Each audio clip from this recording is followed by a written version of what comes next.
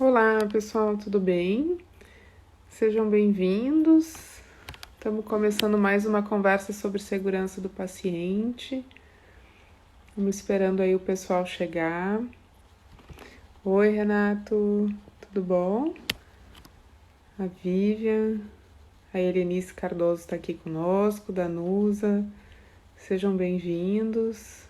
O Salvador já está aqui, vou puxar ele para nossa conversa de hoje. Vamos ver se eu consigo aqui.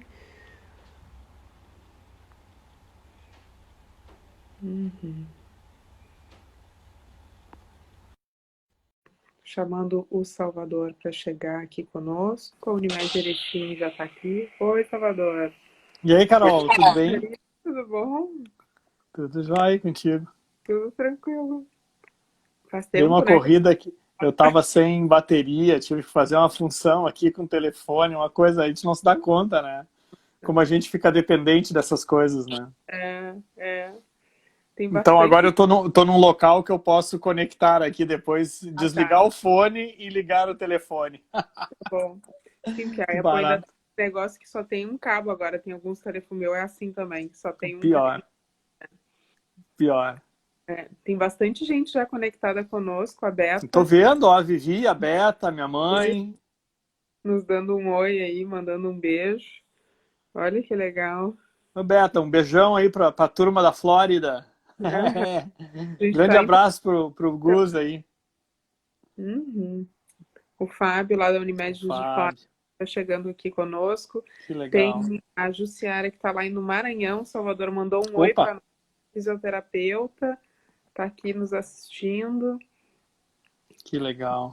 E o Lucas acabou de chegar. Tem bastante gente aí para uma sexta-feira, né, Salvador? A gente está fazendo uma edição extra do Conversando sobre Segurança É, do Paciente, mas a ideia é sempre compartilhar conteúdo, né? Vivi, minha comadre ali. Olha que legal. A Danusa Muito da bom. Unimed Porto Alegre. Que legal.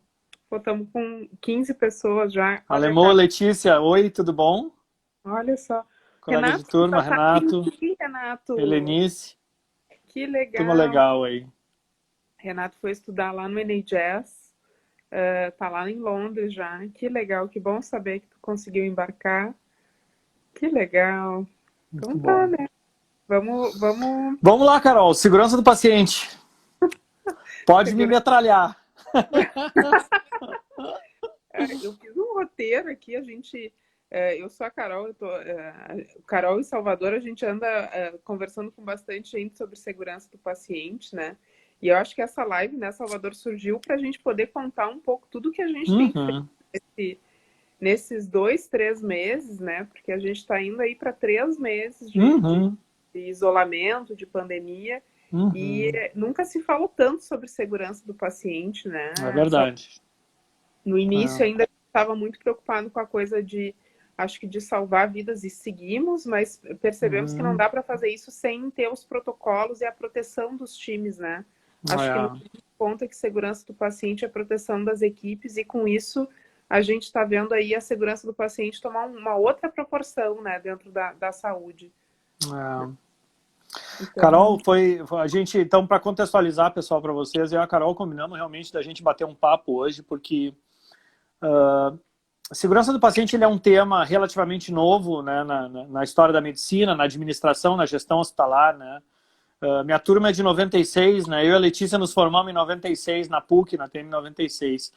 E o primeiro livro que fala realmente de que tu tem falha de processo hospitalar, de que tu tem os chamados eventos adversos, ele é publicado em 99, gente, que é aquele To Where is Human, né, do National Institute of Medicine, do Institute of Medicine. Então, do ponto de vista de medicina mesmo, 20 anos, fazem 20 anos, no ano passado fez 20 anos, é muito pouco tempo, e as pessoas falam um pouco sobre segurança do paciente, porque as pessoas não imaginam que estão expostas a riscos, né? Só para vocês terem uma ideia, assim, a legislação brasileira que fala sobre segurança do paciente, ela data de 2013, né? Então nós estamos falando de 8 anos atrás, né? Assim, 7 para 8 anos atrás, em que isso vira legislação. Então é muito pouco tempo mesmo. As pessoas não têm muita noção sobre as questões de segurança do paciente, né? Só que aí vem uma pandemia, né, Carol? Aí vem esse Covid, que é um enlouquecedor, e ele traz à tona conceitos de segurança do paciente sem que as pessoas saibam exatamente que estão falando de segurança do paciente. Né? Então aí vamos lá, primeiro conceito, né? Todo mundo vamos achatar a curva, flatten the curve, todo mundo achatando a curva. Então, o que é isso, achatar a curva, né? Achatar a curva é um recurso técnico que a gente tem justamente para que as pessoas tenham um atendimento seguro. Sim. Qual é o raciocínio? É muito simples. O sistema de saúde, da maneira como ele está concebido, ele não tem capacidade de atender todo mundo se todo mundo ficar doente ao mesmo tempo. Vocês têm me visto falar por aí, né? Em condições normais de temperatura e pressão, ou seja, sem pandemia, né? Os Estados Unidos têm reportado anualmente em torno de 200 mil mortes por ano de eventos adversos. Então é muita coisa, né? Agora, tu imagina o que poderia acontecer se nós tivéssemos uma sobrecarga de sistema, como aconteceu na Itália, como aconteceu na Espanha, ou seja, onde tu tem que realmente escolher quem são as pessoas que vão receber os recursos. Né? Então, o número de pessoas que vão morrer por eventos adversos numa situação dessa é muito maior. Essa é a primeira coisa. Então, por isso que tu achata a curva, né? Para quê? Para que tu tenha condições de que quem ficou doente tenha um atendimento seguro, no mínimo, tão seguro como fora de uma situação de pandemia. Então, esse é o primeiro detalhe. Aí eu ouvi esses dias e achei ótimo, né? Que um desses posts de Facebook, né? Tentando ensinar isso para as pessoas. Aí veio uma pessoa que botou lá: isso aí é fácil de resolver, basta tu criar hospitais de campanha. Aí eu olhei aquilo e disse, meu Deus, tu imagina que a gente tem esse nível de mortalidade, esse nível de morbidade, de eventos adversos nos hospitais normais. Nos hospitais que são, né? Nos hospitais que tem os processos desenhados, que está tudo acontecendo de uma maneira normal. Agora, tu imagina qual é o nível de erro e de falha que vai acontecer no hospital de campanha. Eu ficava vendo as fotos ali daquelas tendas, o hospital de campanha que foi construído ali no Central Park, em Nova York, e eu ficava só pensando assim, meu Deus do céu, a quantidade de erros e de falhas de processo que devem acontecer ali. Né? Então, trouxe mais esse assunto à tona. E um outro ponto que veio muito à tona das pessoas... Ó, minha sogra entrou aí. Oi, minha sogra, tudo bom? Veio muito à tona essa questão da higienização das mãos e da questão de utilizar álcool gel, né, e se proteger, usar máscara. Só para lembrar a todos que não estão muito bem por dentro do assunto, a higienização das mãos ela é a meta número 5 de segurança do paciente. Né? Por quê? Porque higienizar as mãos, seja com álcool gel, seja com água e sabão, com a técnica tradicional, ela é a melhor maneira de tu prevenir a infecção hospitalar. Não tem outra maneira, a gente tem que realmente higienizar. Então, por isso que eu te disse, essa coisa da pandemia, na verdade, ela traz à tona toda essa questão de segurança do paciente para a boca das pessoas. Né? Um assunto que eu e tu antes, Carol, a gente tinha que fazer um esforço danado para conversar com as pessoas sobre o assunto. Agora não tem mais, né? Agora tá todo mundo falando de segurança, né? E aí tu traz, o Marcelo, a doutora Marcelo... Ó, o alemão chegou. Da Unimed, o diretor da Unimed de Porto Alegre. Tu traz a questão de segurança do paciente como uma forma de a gente ter ações voltadas para a prevenção de erros, que são os eventos adversos, né, Salvador? Isso aí. Aí a gente está trabalhando num contexto de pandemia, mas é uma coisa que veio para ficar e que a gente vai começar a ver dentro dos hospitais aí questões, hospitais e instituições de saúde, porque segurança do paciente é um olhar mais sistêmico, né? Eu preciso olhar para o consultório, para a clínica, para o hospital. A gente vai ver com que talvez esse seja um divisor de águas para esse tema mesmo, né? Vai ser tipo um avião mesmo daqui para frente, né? Não entra, tem que aprender a apertar o cinto, tudo como é os protocolos de segurança de um avião, por exemplo. Eu não tenho dúvida que isso vai acontecer, Carol. Eu acho que o que nós estamos vivendo hoje com a pandemia, né, em relação à saúde e segurança do paciente, me lembra bastante uma situação que foi vivida na década de 70 na indústria da aviação. Né? Naquela época, a indústria da aviação ela não tinha exatamente os protocolos tão definidos e estruturados como eles têm hoje. Eles não tinham implantado as metodologias de checklist. E aconteceram uma sucessão de acidentes que depois, quando foram avaliados mais profundamente, se fez análise de causa raiz, se entendeu que a maioria daqueles acidentes poderiam ter sido prevenidos, né, com medidas básicas, com checklists básicos, né? E então a indústria da aviação ela se redesenhou totalmente naquela década ali. E hoje é muito raro a gente ver um avião cair, né? Com a quantidade de aviões que a gente tem circulando, ou pelo menos tinha antes da pandemia acontecer, né? Realmente tu tem um número muito baixo de falhas, né, de processo, né? E acho que isso está acontecendo agora na saúde. Eu não tenho dúvida de que esse momento que nós estamos vivendo da pandemia, ele vai ser muito marcante, principalmente porque a gente está incorporando muita tecnologia, né? Hoje a gente já tem esses recursos tecnológicos disponíveis e eu não tenho dúvida que segurança do paciente vão ter dois momentos. Vai ser antes da pandemia e depois da pandemia. E agora tu traz tu trouxe a questão das metas de segurança e a coisa da tecnologia. Bota para carregar aí teu telefone, pelo amor de Deus. Tá carregando, tá me ouvindo bem? Sim, te escuto bem. Legal.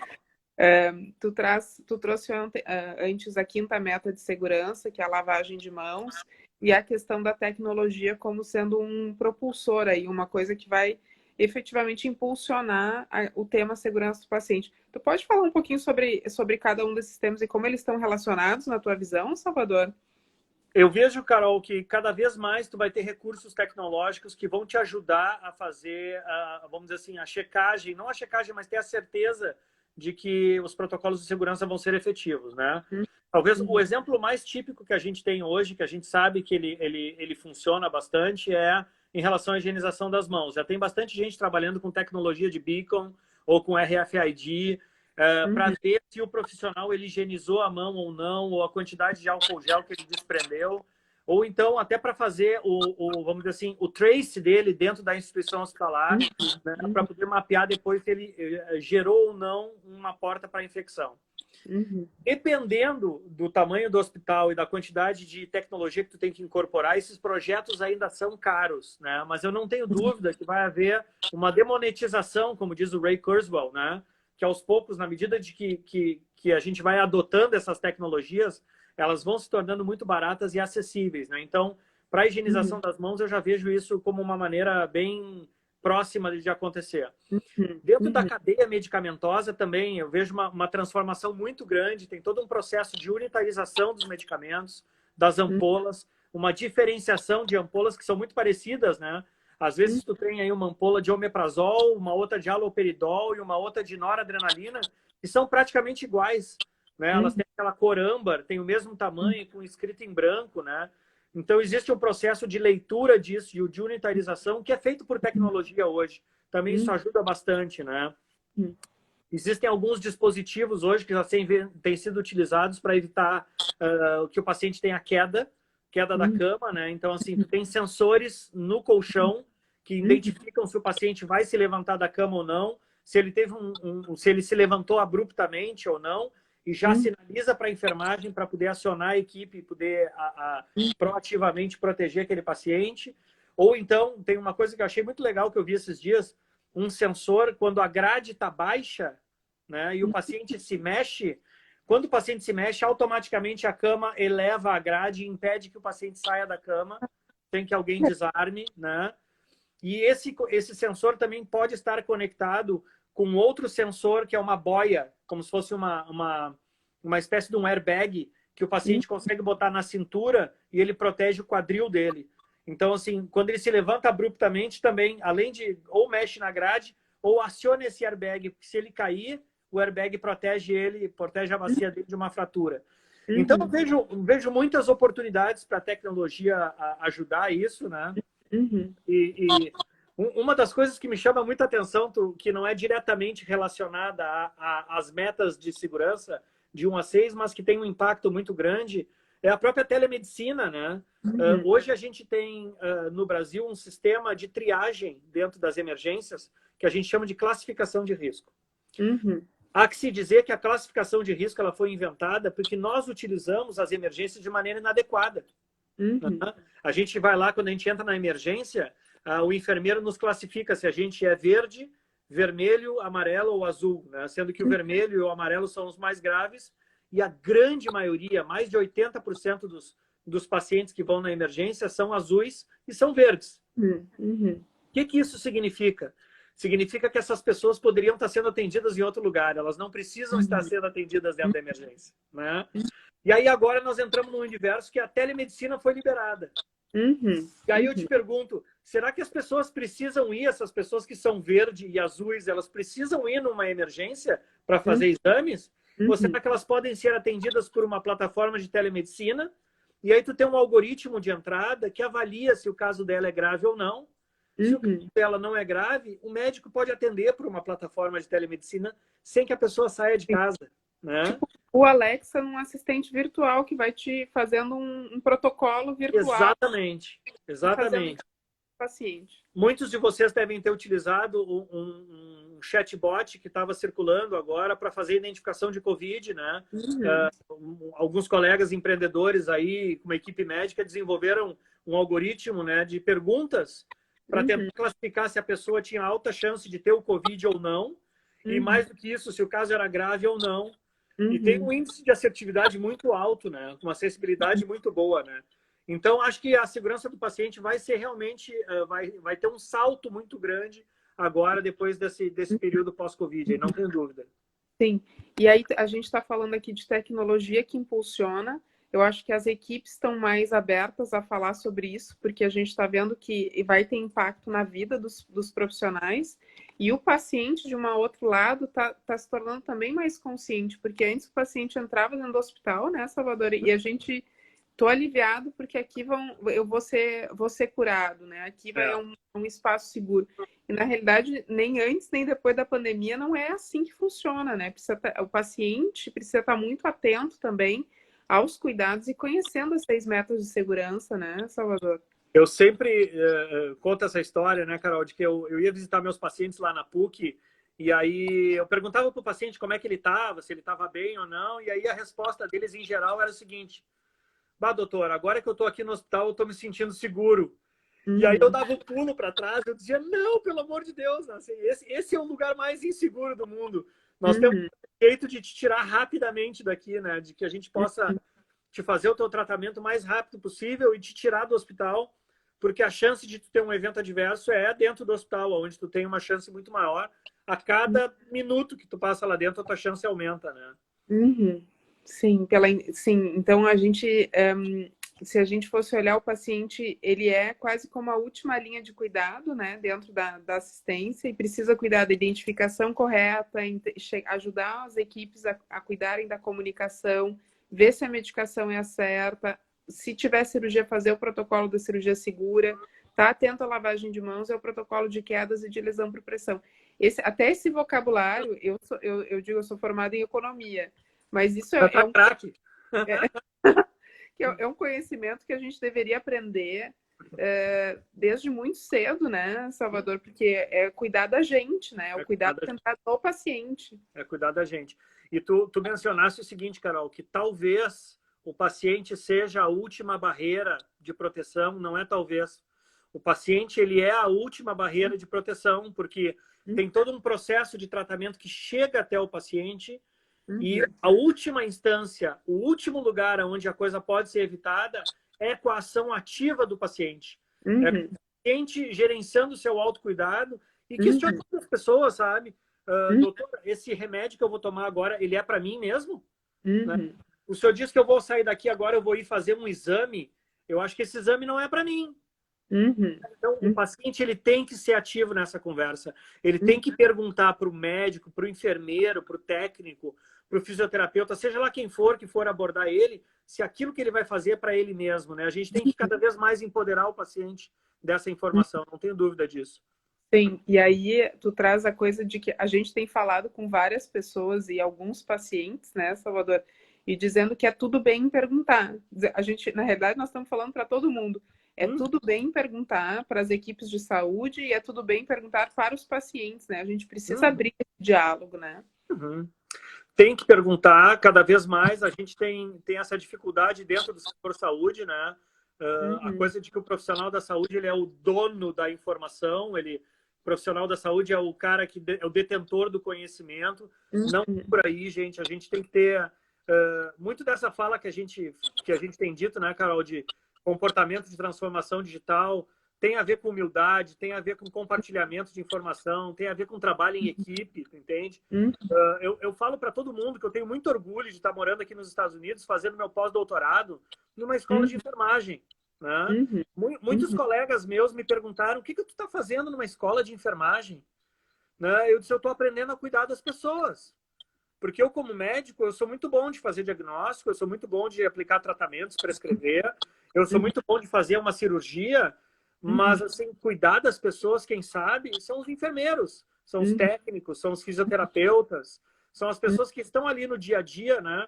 E eu tenho muito orgulho desse movimento que a gente está fazendo, de poder botar as pessoas trabalhando junto, porque é a única maneira da gente trabalhar a segurança do paciente é tendo um time realmente integrado, né? Então, a gente está falando, e uma coisa que a gente tem defendido é a segurança do paciente transversal. E um trabalho em equipe que inclui o paciente, né, Salvador? Não é a equipe que trata o paciente. O paciente precisa estar junto, porque se ele não faz a correta alimentação, se ele não segue as orientações do time, se ele não pergunta, ele também não está fazendo a parte dele dentro da melhor recuperação possível, né? Exatamente. Então, é trabalho em equipe na veia. Trabalho em equipe na veia. Tu sabe, a gente está tendo umas experiências tão legais que eu acho que vale a pena compartilhar aqui, né? A gente teve agora essa experiência com o Juiz de Fora, com a Unimed Juiz de Fora, em que a gente foi preparando todo um treinamento. E aí, assim, ó, tem gente do administrativo, da recepção, tem gente da segurança, tem gente da higienização, tem enfermeiro, tem médico, tem técnico de enfermagem, tem todo mundo junto e todo mundo falando a mesma língua, né?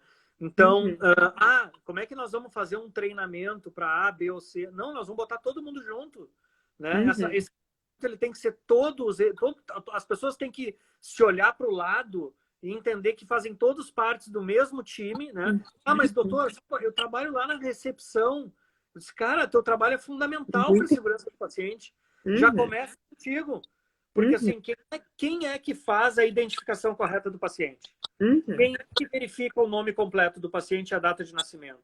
Quem que gera a etiqueta ou a pulseira de identificação do paciente? Não é a recepção? Então, como é que a recepção não vai estar envolvida, né?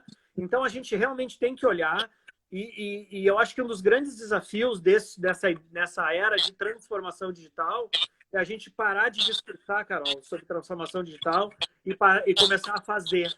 Né? A gente tem que ter um comportamento de transformação digital, que é realmente compartilhar informações e trabalhar de uma maneira integrada com as equipes, né? E isso na saúde está caindo de maduro, né? Cada vez mais a gente tem que trabalhar junto. Não existe, eu não conheço, assim, serviço tão difícil quanto tu gerenciar um hospital, por exemplo. São muitos serviços dentro do mesmo, né?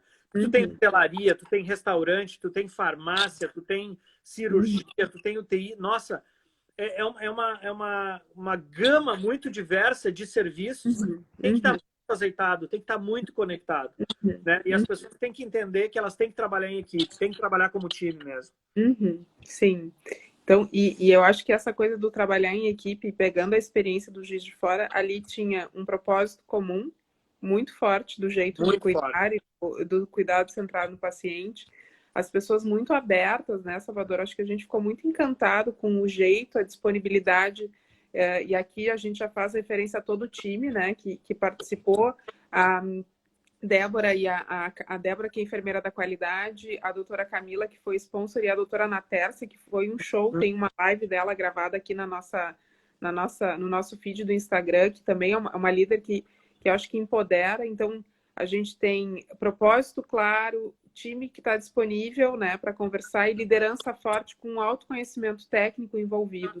E aí a gente conseguiu fazer uma semana de qualidade e segurança com pílulas virtuais. Foi sensacional, né?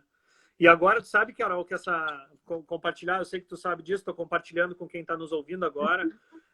Eu estava em reunião agora há pouco com o Núcleo de Segurança da Unimed Erechim, né? E as gurias de Erechim, deve ter alguma delas na live, aí o pessoal de Erechim deve estar na live. Nós treinamos também, segunda-feira agora nós vamos fazer uma live, eu vou conversar com a Alessandra. A Alessandra Sonda é a gerente lá de serviços próprios e inovação lá da Unimed Erechim. Nós vamos falar de todo esse movimento de segurança do paciente que a Unimed Erechim está fazendo. E nós vamos repetir o treinamento também com eles na terça, na quarta e na sexta, porque quinta é feriado. vamos revisar todas as metas de segurança, vamos falar do sistema de notificações, vamos falar da utilização do Safety for Me lá. O pessoal está mega motivado, assim, as gurias treinaram hoje, nós passamos todas as metas de novo, assim, tá todo mundo super engajado, assim, realmente é um movimento de time, né? De novo, tem gente da recepção, tem gente da farmácia, tem gente do centro cirúrgico, né? Atuação totalmente multiprofissional, assim, tá muito, muito legal. Vamos repetir este modelo também na Unimed Vale do Caí, né? A Silvana, que é a nossa gestora lá do Núcleo de Segurança, está trabalhando com a gente. Vamos fazer, né, uma live com o Everton lá e depois com todo o grupo. Salvador, acho que a tua conexão aí não está muito boa. Tu está me ouvindo? Eu estou te ouvindo bem, eu acho que só congelou. Tá. Bom, vamos seguindo aqui. Qualquer coisa a gente se conecta. Vamos tentando. E aí, Salvador, agora voltou. Nós estamos falando aqui de trabalho em equipe, de treinamento, de comunicação em equipe. A gente também tem feito alguns movimentos para estruturar núcleos de segurança, né? E ajudando a reforçar o papel do núcleo dentro das instituições de saúde. Talvez aqui a gente tenha algumas pessoas nos assistindo e essa live vai ficar gravada.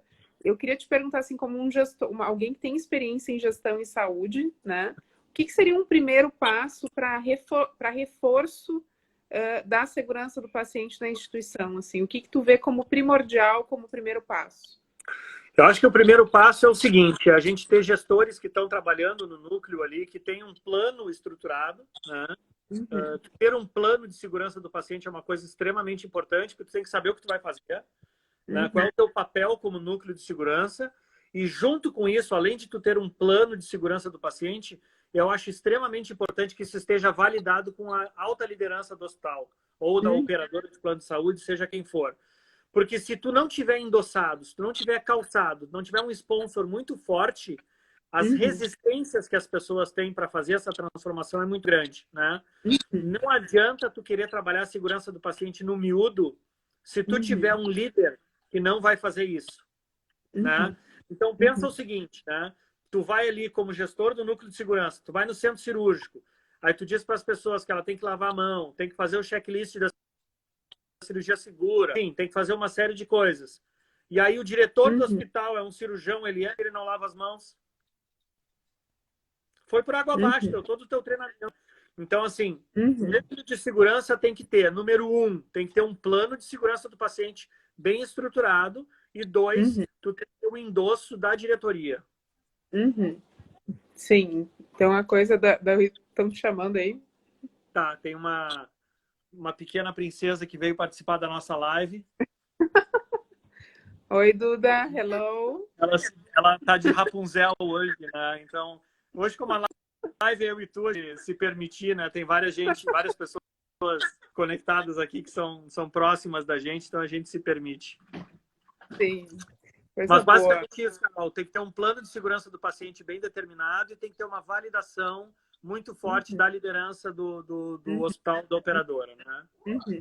E aí, então a gente está falando sobre meta de segurança, sobre trabalho em equipe, sobre ter um plano de segurança estruturado com a validação, né, da liderança, ter sponsor para eventualmente quando alguém faz alguma coisa que diverge do plano e o gestor vai lá e cobra, ter alguém em cima que valida isso é importante.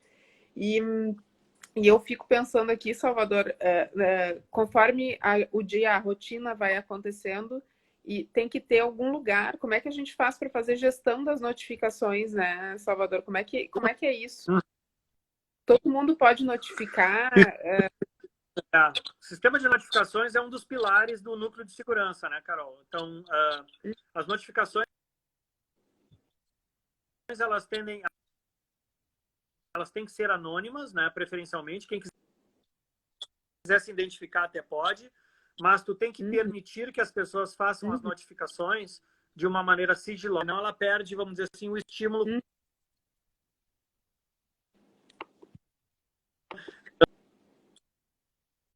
Tu tem que estar protegido e tu tem que ter um ambiente para botar a notificação dela ali. Tá? Eu dei um corte aqui, mas eu acho que tu está me ouvindo, né? Eu te escuto, sim, te escuto. Acho que a tua internet tá oscilando um pouco, Salvador. Agora tu voltou, eu acho. Tá, voltou, que bom. Oi? Tá. Comentando que tem que ter um sistema de notificação de áreas, né? Então a gente tem que permitir que essas notificações sejam anônimas, se for necessário, e deixar elas num ambiente seguro. Essas notificações elas têm que ser recolhidas, né, preferencialmente aí de tempos em tempos, de uma em uma semana, de 15 em 15 dias e tal. Mas é importante que a gente identifique quando porque tu tens diferentes tipos de eventos que acontecem, né? Uhum, Tu tem desde o uhum, interesse, que é o chamado quase erro, passando pelo evento adverso leve, o moderado e o grave, né? O uhum, evento moderado e o evento grave são eventos que geram dano no paciente. E esse uhum, dano pode ser desde um dano menor até, eventualmente, uma coisa mais séria, levando até o óbito do paciente, né? uhum, Então, uhum, existe um processo de gestão dessas notificações que é um pouquinho diferente, né? Quando tu tens eventos que são moderados e graves, esses eventos têm que ser tratados de imediato. Tu não uhum, pode esperar. Então, a gente tem que ter um processo que identifique os eventos graves e moderados de imediato e que o núcleo de segurança, juntamente com o gestor da área, possa atuar para a solução desse problema de uma maneira imediata.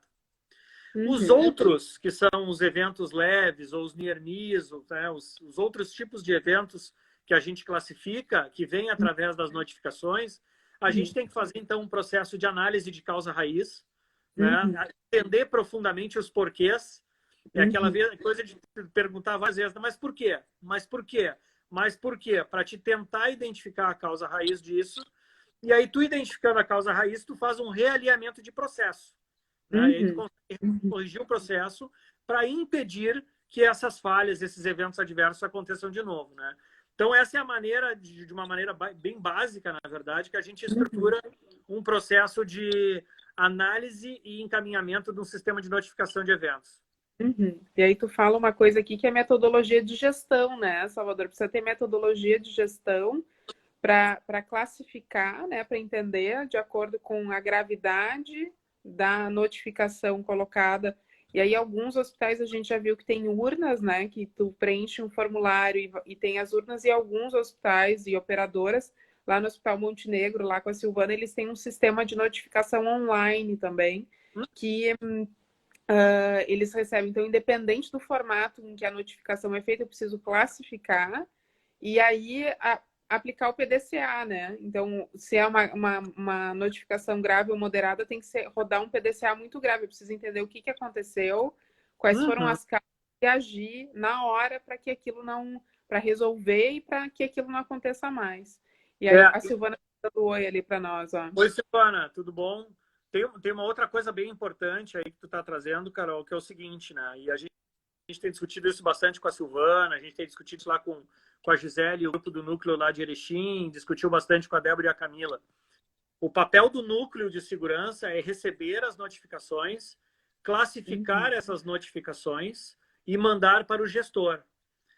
A responsabilidade de gerenciar, de responder pelos eventos adversos e pelas notificações, ela é do gestor lá, ela não é do núcleo de segurança, né? Então, assim, uhum, existe uma confusão bastante grande das pessoas que estão implantando o núcleo, porque muitos gestores de área, né, o enfermeiro lá na enfermaria cirúrgica, ou do bloco cirúrgico, ou da UTI, acham que quem de gerenciar as questões de segurança do hospital é o núcleo de segurança. E isso é um erro muito básico. O núcleo de segurança ele é uma instância de apoio. Né? Ele uhum, ajuda a classificar os eventos, ele ajuda a preparar os materiais de treinamento, ele ajuda a disseminar a cultura de segurança dentro da organização, mas quem tem que trabalhar as notificações e os eventos adversos são os gestores com o apoio do núcleo de uhum. segurança. De novo, repito, o núcleo de segurança é uma instância de apoio do gestor local. Uhum. E aí tu traz uma coisa, o conceito, né? Agora tu trouxe o termo de cultura de segurança. A segurança tem que ser o ar que todo mundo respira dentro do hospital, né? Não dá para fazer Exatamente. assistência sem a gente olhar para a segurança, para os checklists, protocolos. É o mindset ajustado para segurança e proteção, né, Salvador? Isso que tu está falando, Carol, a gente tem percebido muito facilmente quando a gente vai fazer uma implantação de um projeto numa instituição. Porque tu descobre rapidinho o tamanho da cultura, ou vamos dizer assim, a maturidade da cultura de segurança da instituição, né? Se tu tens uma cultura que ela é muito mais punitiva, né? A pessoa tem medo de falar sobre segurança, ou se realmente as pessoas trabalham isso no sentido de crescimento e de melhoria de processo, né? Quando tu avalia, por exemplo, as notificações que um núcleo está recebendo, tu também consegue medir isso facilmente, né? Porque nas instituições que tu tem uma cultura muito pobre, primeiro, tu tens um nível de notificação muito baixo. E as pessoas que notificam, na verdade, utilizam o sistema de notificação como uma espécie de canal de fofoca, né? Falam do colega, falam que o estacionamento não sei o quê, ou que a lancheria não sei o quê. Na verdade, eles não estão preocupados em fazer notificações relacionadas à segurança do paciente, né? Agora, quando tu tem já um nível de maturidade, onde as pessoas entendem que aquela notificação vai ser importante para te melhorar o processo, né? E que o hospital ele cresça do ponto de vista assistencial, tu começa a pegar notificações assim com uma densidade assim até assustadora, né?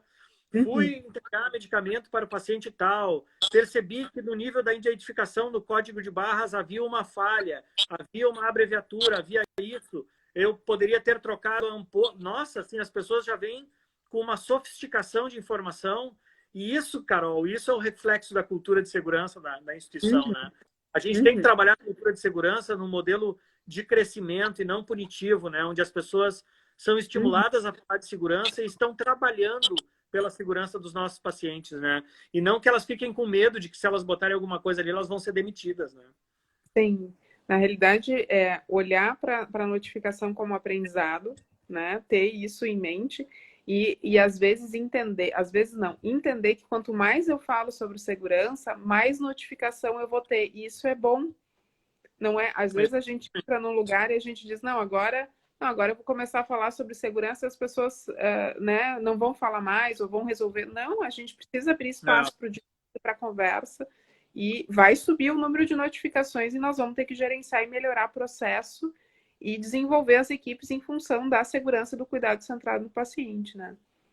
Eu tive já na minha vida 3 experiências diferentes, todas elas relacionadas a notificações.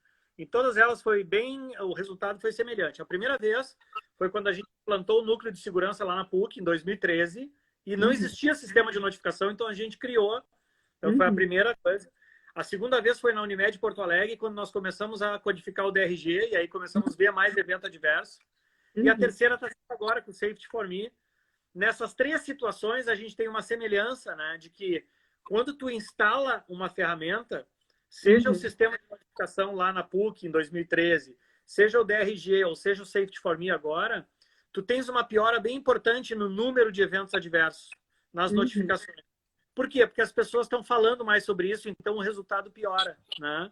Depois que tu atinge um certo platô, o que acontece? O resultado começa a melhorar. Mas é um fenômeno esperado que quando tu implanta esse tipo de ferramenta, o teu resultado inicial vai ser uma piora do resultado. E aí, Salvador, conforme as notificações vão aumentando, ou eu vou fazendo gestão dessa notificação, eu entro para uma seara que é como é que eu vou treinar a minha equipe e como é que tem que ser a comunicação com a equipe, porque daí é um processo sem fim. Eu tenho que estar sempre treinando e sempre conversando com os times sobre isso, né? Tu sabe, Carol, que isso é um negócio legal de compartilhar com as pessoas também, que isso foi um outro aprendizado que a gente teve em função do Covid, né? Porque todos nós, e assim como todas as empresas, a gente sempre fez muito treinamentos e capacitações que eram presenciais, que tu tinha que estar um na frente do outro, ou botar todo mundo numa sala, e aí tu tinha dificuldade, né? Como é que tu vai treinar o pessoal da noite? Aí tem noite A, tem noite B. E a gente simplesmente resolveu isso com a tecnologia, né? Isso foi uma coisa bacana. Nesse primeiro exemplo que a gente teve lá em Juiz de Fora, nós fizemos o convite para todos os colaboradores da operadora Unimed Juiz de Fora e todos os colaboradores do hospital da Unimed Juiz de Fora e fizemos um treinamento só pelo Zoom, todos os dias, por 30 minutos. E quem não pôde assistir ao vivo, assim como nós estamos fazendo essa live agora, ficou gravado e as pessoas podem acessar depois, inclusive porque elas têm que acessar se elas quiserem ganhar as horas complementares de treinamento. E aí nós descobrimos uma coisa sensacional, né? Que a tecnologia já estava aí, o que nós é que nós utilizávamos ela, né? Então, Uhum. assim, vamos repetir esse modelo agora, já na Unimed Erechim, semana que vem. Vamos repetir este modelo também Na na Vale do Unimed Caí. vai cair em seguida. Então, assim, a tecnologia está aí ao nosso favor, né? A gente tem que utilizar a tecnologia justamente para estreitar a comunicação. Hoje as pessoas Uhum. não aguentam mais a aula de 1 hora, né? Tu tem que dar pílula às pessoas, Uhum. fazer mini treinamentos de 15 minutos, falar daquilo que é essencialmente importante e Uhum. utilizar várias ferramentas para ficar cutucando, né? O americano fala de nudge, né? Tu ficar fazendo nudge nas pessoas, Uhum. relembrando elas das importâncias, da importância Uhum. do que tu disse, né? E aí tu Uhum. tem muito recurso para isso. Hoje tu tem Facebook, tu tem o próprio Instagram com as lives, tu tem o WhatsApp, todo mundo usa o WhatsApp. O e-mail já está até meio passado nesse sentido, né? Uhum. Uhum. Mas, enfim, tem muita tecnologia hoje, a gente tem várias maneiras de estabelecer esse canal de comunicação, a gente só tem Uhum. que se permitir. A gente tem que Uhum. estar com a cabeça aberta para entender que nesse admirável mundo novo e nesse novo normal, tem muito Uhum. espaço para fazer coisas diferentes de como a gente fazia, né? Sim. E acho que tornar isso uma constante, né, Salvador? Se a gente vai indo em pílulas virtuais, eu posso fazer um treinamento uma vez por mês, fazer um momentinho da segurança do paciente, né? Eu posso trazer aspectos de um jeito recorrente, que na área da saúde é difícil mesmo parar todo mundo. E acho que vai demorar um tempo até a gente poder sentar numa sala de aula ou num auditório para fazer uma palestra sobre segurança do paciente para as pessoas, né? Então, É. e com mais frequência é esse nudge, talvez, para não deixar esse assunto esmorecer, né? Porque isso é cuidar das pessoas naquilo que é mais importante, né? E além de tudo, né, Carol, né, não só a comunicação e a técnica que a gente tem utilizado do ponto de vista de usar a Uhum, tecnologia, mas também as uhum, técnicas de ensino e aprendizagem, né? Porque hoje, sim, cada vez mais a gente usa essas metodologias chamadas metodologias ativas, né? sim, Então, assim, a segurança do paciente é um troço super hands-on. Tu tem que uhum, treinar com as pessoas, é no fazendo, é ouvindo as pessoas, é trocando informação, uhum, né? Então, uhum, agora mesmo, né, esse treinamento que nós fazemos via Safety for Me, que nós estamos treinando as pessoas online, né? É um treinamento super interativo, né? Onde as pessoas trazem as suas dificuldades, as suas uhum, dores no treinamento. Né? Não é uma aula expositiva, né? Ah, o Salvador uhum, vai lá e ele fica falando, dando 1 hora de aula que as pessoas vão uhum, dormir na frente do uhum, computador. Não é isso, né? Então, se fosse uma aula, acho que ninguém aguenta, né? A gente uhum, traz conteúdo, é claro que traz conteúdo, mas o conteúdo ele tem 15, 20 minutos no máximo. Depois a gente sempre faz uma interação, porque a gente quer ouvir as dificuldades das pessoas e interage uhum, com elas no sentido de construir o conhecimento, né? O uhum, nosso objetivo é que sempre no final desse treinamento as pessoas saíram, levaram consigo um conhecimento, né? É o que o pessoal de educação fala em retenção de aprendizado, né? Não é uhum. simplesmente ir lá derramar um conteúdo, mas ver o quanto as pessoas estão retendo daquelas coisas importantes que tu tem para falar, né? Sim, sim, até porque como adultos, né, a gente aprende de um jeito diferente, né? A gente precisa aprender porque aquilo é uma necessidade e a partir da experiência gerar significado. É muito difícil essa coisa de ficar só absorvendo a teoria, né, Salvador? Acho que e um assunto difícil como segurança do paciente, porque é falar sobre protocolos para lidar ou para evitar os erros e como lidar quando o erro acontece. Então, o assunto por si só é muito difícil, né? O assunto é Muito muito difícil. difícil, muito árido, as pessoas têm dificuldade de falar sobre ele. E a melhor Uhum, coisa que a gente pode fazer para falar sobre ele é a gente tirar as nossas amarras e permitir que as pessoas falem. Cada uhum, um fale da sua dor e traga a dificuldade que tem de implantação de núcleo, de meta de segurança, de gestão de uhum, pessoas, né, Carol? A gente fala muito em liderança, uhum, desenvolvimento de líderes e desenvolvimento das pessoas que vão trabalhar com isso. A gente tem percebido com a implantação da plataforma Safety for Me que não é só entregar os dados para as pessoas, a gente tem um trabalho todo de desenvolvimento das lideranças que tem que ser sim. feito junto, né? Muito importante. O papel do líder na construção de conhecimento nesse manejo do evento adverso, ele é muito importante. Porque a pessoa precisa sentir que ela tem espaço seguro para falar sobre isso. E isso só acontece no exemplo do dia a dia. Porque se a pessoa vai lá e diz um erro e o líder faz uma cara estranha, ou fala abertamente, ou dá isso como um exemplo para que não faça disso um exemplo para que não aconteça mais, naquela coisa da punição pura, É é isso. muito difícil as pessoas se desprenderem para falar sobre segurança do paciente. Então, o líder precisa ter muita consciência interna, assim, de saber que ele é um grande facilitador nesse processo e um Isso, educador.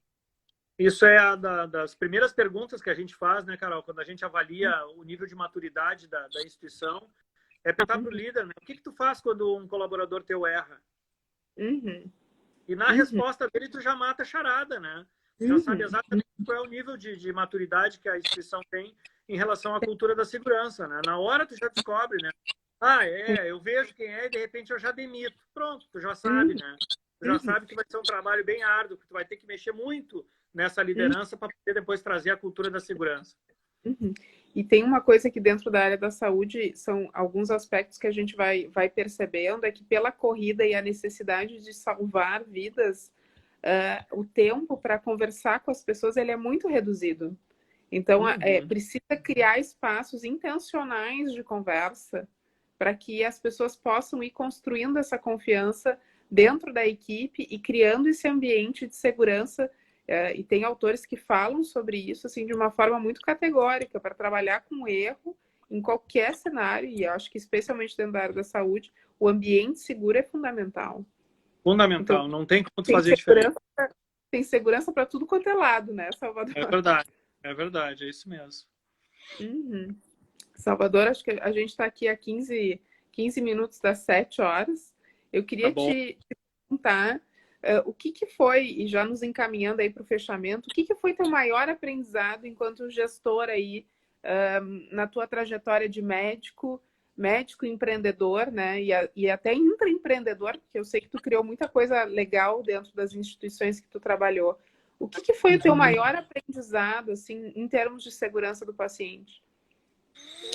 Carol, eu acho que talvez estava pensando aqui, porque eu aprendi tanta coisa importante nessa caminhada de segurança do paciente, mas eu acho que duas ou três coisas podem definir as coisas que eu considero mais importantes, né? Uma delas eu falei bastante já no início dessa live, que é a Uhum, questão do trabalho em time, né? A uhum, segurança do paciente não é um trabalho de pessoas individuais, é um uhum, trabalho de equipe, né? E aí, para te trabalhar em equipe, tu tem que ter uma coisa chamada confiança, né? Uma pessoa tem que uhum, confiar na outra, né? uhum, E confiar na outra também tem uma coisa por trás disso, que é o exercício de humildade. uhum, O exercício de humildade é o seguinte: cara, isso eu não sei. uhum, Não tem problema se tu não sabe. Diz para as pessoas, entende? Assim, foi-se o tempo em que um gestor e um líder precisava saber de tudo, né? Eu acho que eu consegui conquistar a simpatia de muitas pessoas que eu liderei na vida, porque eu pude mostrar para elas as minhas fragilidades. Eu pude uhum, dizer as dificuldades que eu tinha e dizer assim, olha só, desculpa se eu não estou acompanhando, né? Mas desenha para mim, uhum, eu tô com dificuldade, né? uhum, A Kellen tá mandando ali agora. A Kellen é um exemplo típico disso. Quantas vezes eu chamei a Kellen na sala e disse assim, Kellen, me desculpa, desenha. Desenha uhum, que eu não entendi, tu entende? uhum, Contigo eu fiz isso, com outras pessoas, né? Então, acho que segurança do paciente é isso. Acho que isso tudo é o que me move para a gente poder continuar trabalhando, né, nesse cenário, porque trabalhar a segurança do paciente é uma missão pesada, né? Nós estamos mexendo muito na cultura das organizações. Então, trabalho em equipe, trabalho ser humilde, ouvir os outros, né? Respeitar os outros e ter confiança nas pessoas. Então, acho que são as principais lições que eu tive trabalhando com esse tema, né? E uhum, deixar, assim, uma ideia para as pessoas de que, assim, nossa, na saúde, gente, a gente tem tanta coisa para aprender ainda. O nosso uhum, mercado é tão artesanal, a gente tem tanta coisa para revolucionar, né? uhum, Então, isso dá mais energia ainda, né? Assim, tem uhum, muitos problemas, tem, mas como bom empreendedor, eu prefiro olhar esses problemas como boas oportunidades, né? Eu acho que tem muita uhum. oportunidade para a gente poder trabalhar e melhorar bastante o sistema. Ok. Bom, acho que a gente, dentro da nossa missão, que é aqui nessa live, que é compartilhar um pouquinho do que a gente vem fazendo, né, Salvador? Acho que a gente Uhum. passou por pontos bem importantes. Eu fico com a sensação de que a gente falou mais sobre trabalho em equipe, porque eu acho que isso dentro da área da saúde é uma coisa que precisa ser explorado no bom sentido da palavra, assim, a gente precisa experimentar cada vez mais o trabalho em equipe e essa complementariedade de conhecimentos, né, Salvador? O médico sabe muito, a enfermeira sabe muito, o fisioterapeuta sabe muito, e não é à toa que no Safety for Me a gente tem um time multidisciplinar em função da segurança do paciente. Então, quando todo mundo trabalha junto e exerce esse teu grande aprendizado, que é a humildade e a prática de falar, de ser autêntico, né? De quando não sabe, a gente poder dizer que não sabe, porque é uma oportunidade de a gente aprender e fazer muito maior do que a gente vem fazendo ou veio fazendo até então. Acho que acho que a gente cumpriu nossa ideia aqui, né, Salvador? As pessoas têm me chamado bastante para falar de transformação digital, né, Carol? E muita gente pensa em transformação digital como tecnologia, e essas pessoas estão totalmente erradas, né? Transformação digital é trazer esse mindset novo, né? Esse mindset diferente para dentro das organizações.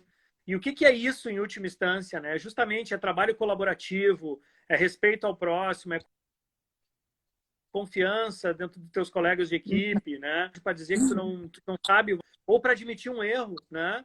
Dizer, gente, eu errei aqui, mas eu já sei o que eu vou fazer, e trazer, então, a solução do problema de uma maneira rápida, de uma maneira ágil, né? Então, acho que isso é transformação digital, né? O Digenta, ele vem para ajudar. Transformação digital, na verdade, é o comportamento das pessoas. Então, tem uma conexão, assim, sabe, quase que umbilical, né? São duas coisas absolutamente integradas e necessárias, né? Não é à toa que o Safety for Me, ele junta tudo que a gente mais acredita, né, Salvador? Tecnologia como meio para... Eu nunca vou me esquecer o dia que alguém escreveu num comentário, assim, das nossas redes sociais, que tu empreende pela vida. E eu me sinto muito orgulhosa, assim, de fazer parte dessa iniciativa, porque eu acho que isso combina muito com aquilo que a gente acredita. A gente empreende no Safety for Me pela vida, para ajudar as pessoas a ter uma recuperação segura. Então, a gente junta o que é a boa medicina, o bom cuidar, vamos chamar assim, com tecnologia e trabalho em equipe. Então, eu acho que isso é bom demais, né? A gente fica sorrindo aqui, porque é bom demais trabalhar assim. Esses dias eu estava numa live, acho que era com o Eurico, e ele me botou uma pilha, né? O que te fez largar a cirurgia? O que te fez virar de vida e tal? Eu disse, acho que tu resumiu tudo, Carol. A gente conseguiu botar dentro da Safety for Me todas as coisas que a gente, né? Que é trabalhar pela vida das pessoas, qualidade e segurança assistencial, trazendo as tecnologias exponenciais e trazendo junto esse mindset de transformação digital.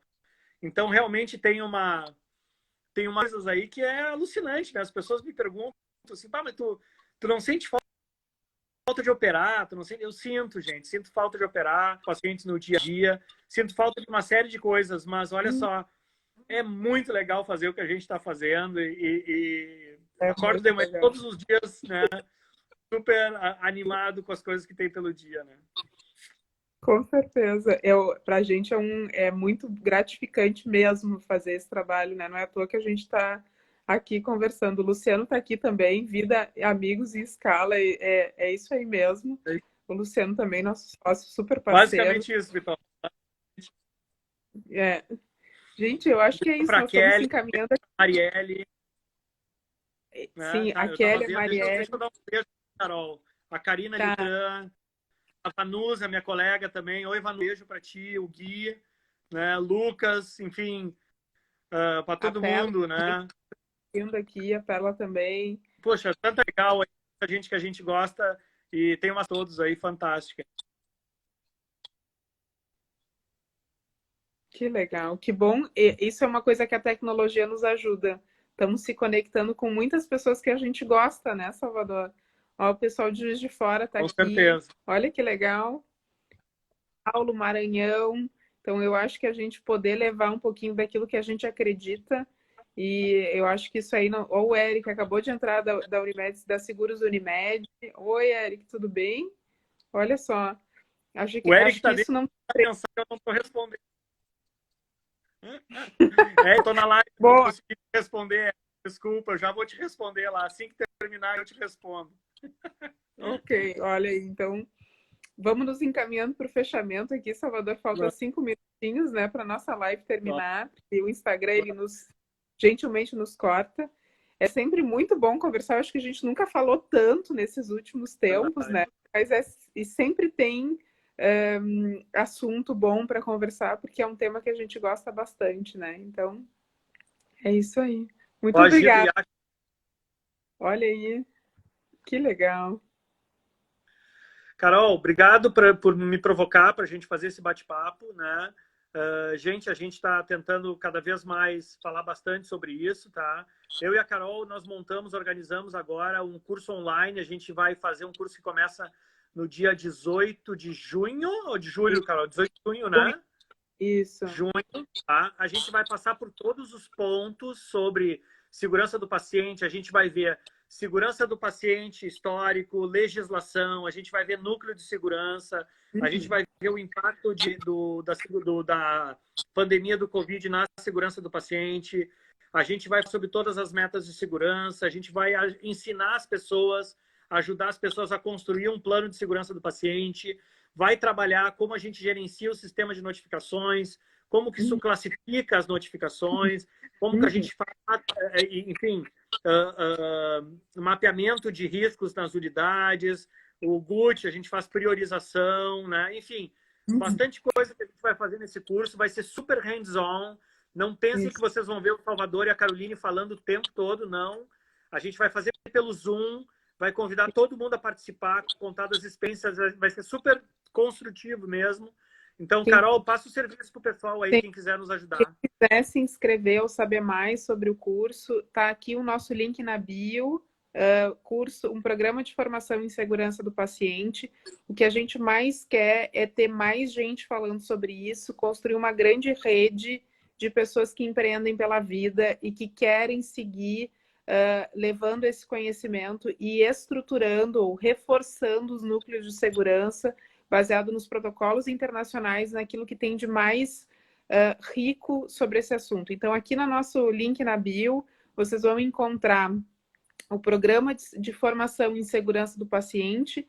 Eu e o Salvador vamos dar aula, são 8 módulos, e o Dr. Pedro Chestats, que vai ter uma participação especial no módulo sobre engajamento do paciente, e ele vai falar sobre a medicina dos 5 P's, em que 1P é a proatividade do paciente, como que ele tem que estar, a gente tem que instigar o paciente, trabalhar com o engajamento do paciente para que ele possa ser um grande dono, né? A pessoa que vai chamar os profissionais em relação à sua saúde. Então, a gente espera vocês, a gente fica super à disposição para conversar e seguimos aí na nossa missão de impactar a saúde das pessoas, reduzindo eventos adversos, né, Salvador? Seguimos firme.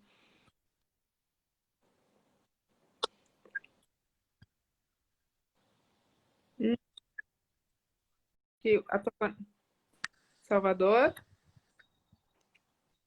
Voltou? Oi, eu tô te ouvindo bem. Deu uma cortada. Tá. Estamos com 1 minuto e 30, Salvador. Acho que a gente vai encerrando, vamos dando beijo e tchau. E a gente fica à disposição, tanto por mensagem aqui no Instagram, por e-mail, pelos nossos Instagram e LinkedIn. Até mais, gente. Um beijo. Obrigada, viu, Salvador? Bom fim de semana a todos. Beijo, obrigado. Tchau, tchau. Até mais. Tchau, gente.